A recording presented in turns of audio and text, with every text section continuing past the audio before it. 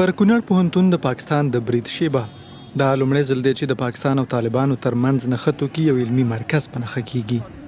د طالب چارواکو په وینا تېره ورځ پاکستان د کونړ پر مرکز اسداباد او درې ولسوالیو هوایي او توپچي بریدونه وکړل چې پکې ګڼو ملکي وګړو ته مرګ ژوبله واوښته. د تازه شمیرو له مخې پرونیو بریدونو کې 7 کسان وژل شوي او 15 اتیا نور ژوبل دي. طالبان وایي پر کونړ پوهنتون برید کې 13 محصلین او استادان ژوبل شوي او دغه راز په وژل شویو او ژوبلو کې تر ډیره میرمنې او ماشومان شامل دي. د کونړ اوسیدونکي وایي پرونی بریدونه تر ډیره په کلیو شوي او قربانیانې ملکي وګړي دي. په همدې پوهنتون په همدې تعمیر باندې ولګېدلې. زموږ درسونه دلته جریان درلوده، محصلین په صنفونو کې او استادان هم په صنفونو کې او دغه مرمۍ راغلې. زموږ ځینې محصلین د شیشو په واسطه جوبل شول.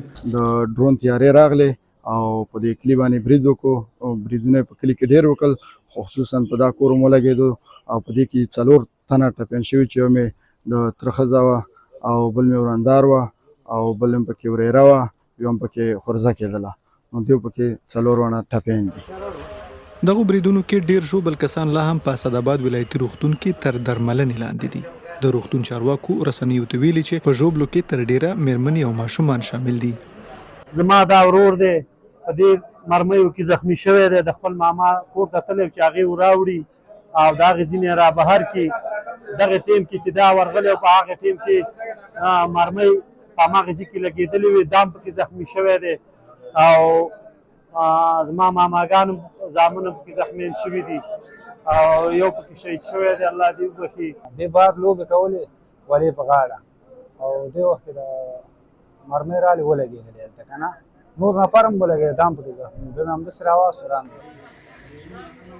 طالبان وایي پاکستان د استوګنې سیمې او پوهنتون ویشتلی، خو د پاکستان د اطلاعاتو وزارت پرون دوشنبه ناوخته یوې خبرپاڼې کې پر استوګنیزو سیمو او پوهنتون برید رد کړی او دا خبرونه یې د دوی په ټکو ښکاره دروغ بللي. له دې سره هممهاله پرون دوشنبه په کندهار ولایت کې هم د طالبانو او پاکستان ترمنځ د نښتو سپین بولدک کې د بریدونو خبرونه ورکړل شوي.